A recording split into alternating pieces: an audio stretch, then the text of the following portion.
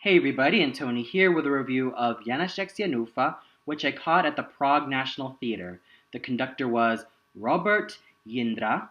The set design and costume design were handled by Daniel Dvorak. The stage director was Yuri Nekvasil. The motion cooperation was handled by Stevo Chapko.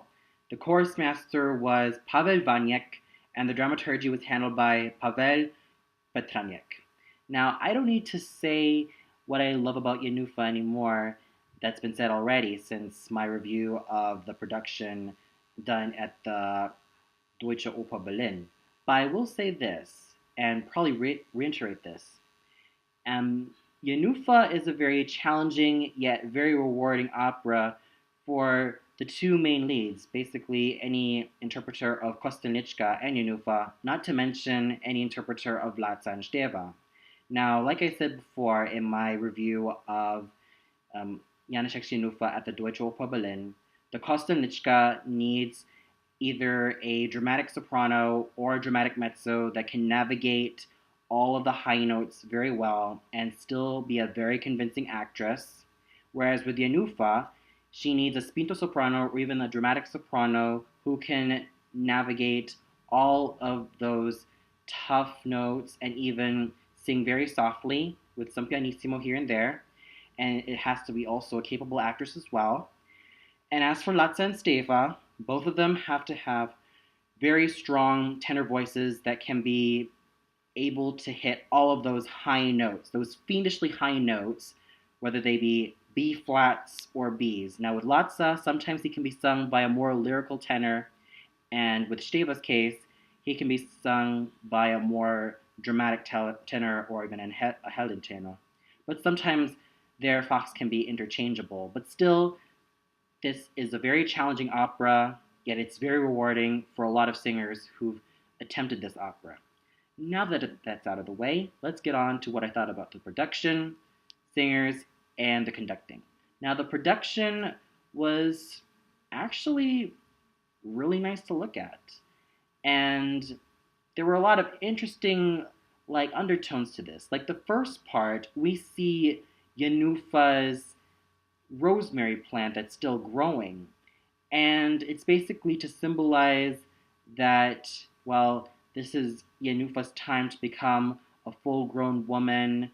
And we see the same rosemary plant in the third act, but it's fully blossomed. So it's basically to symbolize that Jenufa has finally matured and has finally become a full-fledged woman and finally realized that she has to take responsibility for herself.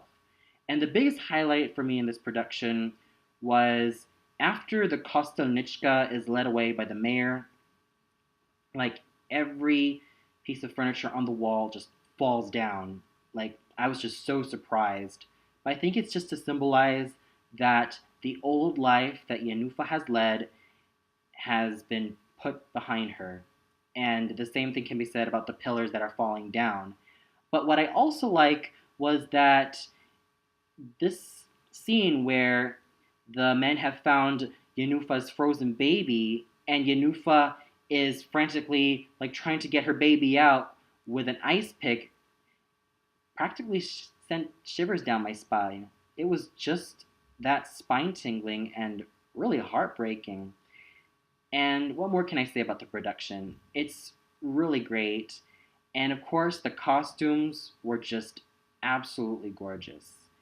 Yes, they were pretty simple, but it's to also evoke that this happened in the 1800s in, well, in Czechoslovakia. So it's basically to evoke that time since, well, yes, in the original Jenufa, it did happen in the 1800s in Czechoslovakia. So it's able to evoke the clothes of the time. So overall, this production was very nice to look at, and the same thing can be said about the costumes. And the singing was just so top tier. And let's start with the main heroine, Jenufa, sung by Dana Buresova. Now, Miss Buresova is very well known for a lot of her foray into the lyric soprano and spinto soprano repertoire. She did start out singing some very lyrical roles like Serlina and even one of the wood sprites from Rusalka. But then, as her voice matured, she sang the likes of Elisabeth from Tannhäuser and Elisabetta di Valois from Don Carlo. Now, I really enjoyed her as both a singer and as an actress. As a singer, she was very secure in her technique. There were no pitfalls, no cracks, no signs of vocal crisis whatsoever. It was a pure and very secure instrument that was able to hit all the high notes and low notes and even middle notes very well. And it's a very homogeneous tone at that. Not to mention, her capabilities as an actress was also very evident. She was able to play Jenufa's, well, insecurities and maturing into womanhood very well. So she was able to prove herself as a singing actress who was very capable of not only producing very beautiful tones, but it also is helped by her very wonderful acting and very emotive acting as well. She didn't go too over the top, nor too like verismo in her role. She was able to keep it honest and simple, and that was that. She was just fantastic. And then we have the Kostenichka, sung by Eva Urbanova. Now, Eva Urbanova is a soprano that I admire so much. She's able to sing a lot of the roles from the spinto soprano repertoire to the dramatic soprano, and even some parts of the dramatic mezzo repertoire. They basically include Elisabeth from Tannhäuser, Ortrud from Lohengrin, Kundry from Parsifal, Turandot, Tosca, Amneris from Aida, and of course the Kostenichka and Kabanica.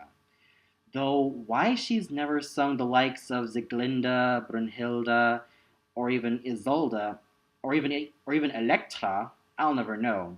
Maybe it's also because she is very wise in her repertoire and she basically had to be very choosy about them because, well, it's also a matter of vocal longevity.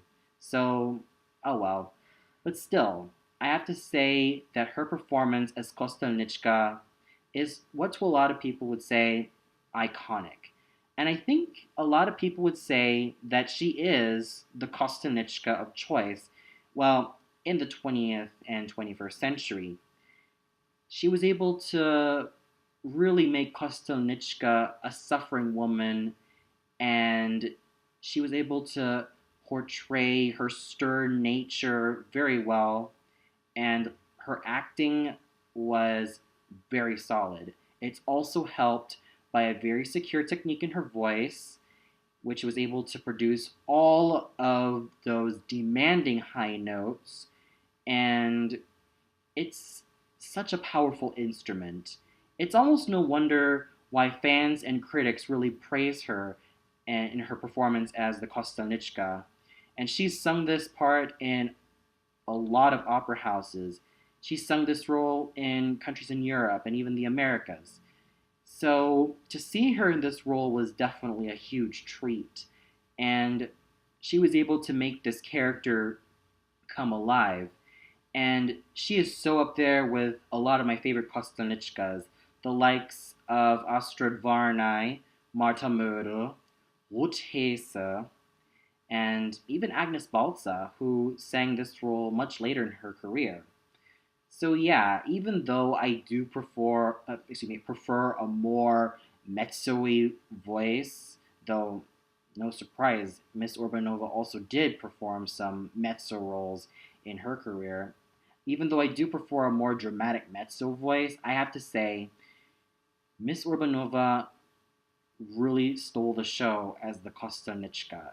It was just that thrilling, and not to mention her second act aria, Sotsvilla, was so heart-wrenching, and it's also helped by the magnificent conducting by Robert Jindra, and especially that harp solo.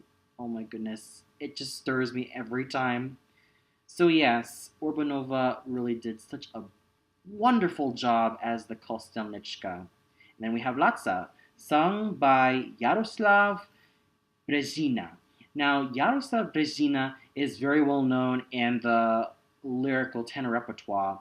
I was kind of I was kind of skeptical because I was not so sure if he was going to pull off this very demanding role. Though it's no surprise, some lyric tenors late in their career, or even later in their career, would flock to sing the role of Latsa, mostly because, well, he's a lot different from a lot of the lyric tenor characters, or he's a lot different than a lot of the tenor boys that we see in opera.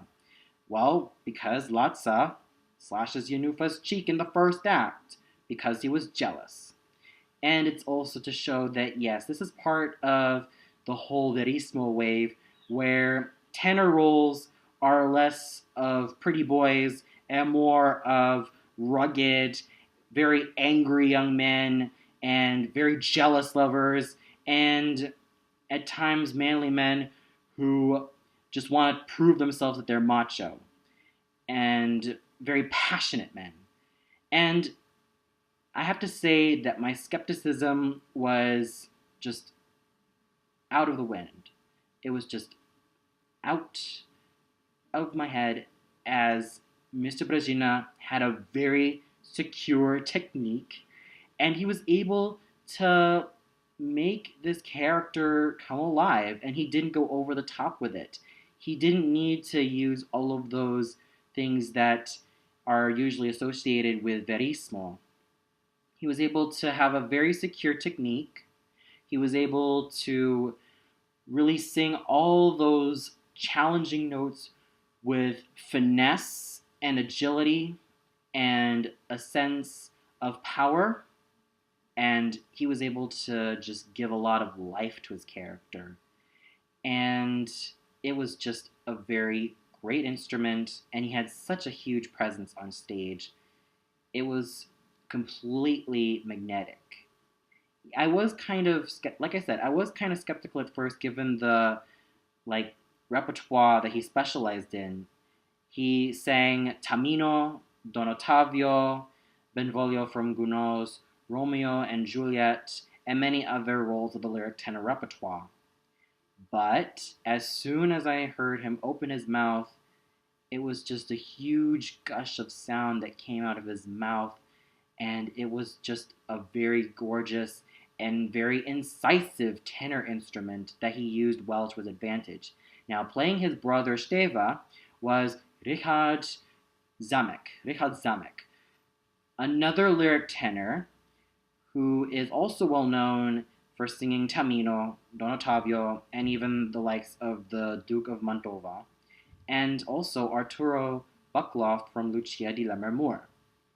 Again, another tenor voice that was just incisive, yet very lyrical, but incisive and dramatic at the same time. And he's able to play that brashness and that type of impetuousness of Steva very well. It is, just simply put, a wonderful instrument that he used, and he was also a great singing actor. It was just phenomenal watching these two tenors do their thing and really see them grow in their careers as they head for more challenging roles. And the way I see it, Mr. Berzina and Mr. Samek are so more than ready to take on heavier roles, well, more spinto roles. And this is definitely a true test of their vocality, and it shows that they've pulled their roles off very well. They both had beautiful sounds, at the same time, very incisive, dramatic sounds that really put me on the edge of my seat. So I really hope to see where these two tenors are going, and I really hope the best for the both of them. And then we have Starenka Buryovka, or known in English as Granny Buryovka, sung by Yvona Skvarova, who is a veteran dramatic mezzo, specializing in roles like Brengena and Eboli, and many other roles of the dramatic mezzo repertoire, and sometimes the contralto repertoire. I was blown away by her performance as the grandmother. She has a, like I said, she has a very solid technique, and she was able to use her voice really well in such a thankless role because the grandmother is mainly a character part, but it's very rewarding, especially for a lot of contraltos, and especially when they have really solid low notes and can really be great singing actresses. And with that, I have to say that she really was a great actress in her part. Yes, her role was extremely thankless because she only appears in the first and the third acts. But with the secure technique of her voice and with her great acting, she was able to make the character of the grandmother come alive. And I have to say, she did really well in such a character part. And then we have the other small roles, like the foreman, being sung by Ivan Kuznier. Very solid technique and a very imposing stage presence. Then we have the mayor and his wife, sung by Ludiek Vele and Elishka Vaisova. I really love their chemistry together. Their voices blended so well, especially that of Ludiek Vele, who has a very secure basso profondo voice that he used very well in such a thankless role. And Elishka Vaisova with her, well, character mezzo voice, approaching dramatic mezzo, she was able to use her mezzo contralto voice very well, and she has a very solid and very secure technique, and it was just an absolutely great instrument. And then we have their daughter, Karolka, sung by Katerina Knitsikova. Just lovely. It's a very lovely voice, and it was actually a very decent voice as well. Though I'm sure that in some years' time that she'll get a lot better.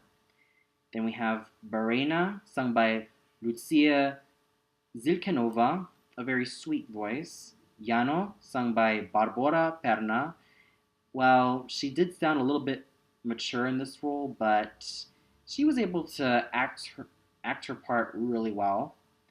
The auntie, sung by Romana Kaitzlerova, and the man, sung by Pavel Novak. Well, both of them did their parts really well, even though they were just really, really small. And the conducting done by Robert Jindra was absolutely flawless. And the biggest highlight for me is definitely when there is the harp that is present in the Kostelnichka's aria Tsotsvila. It was just so touching. So overall, my goodness, was this such a blast.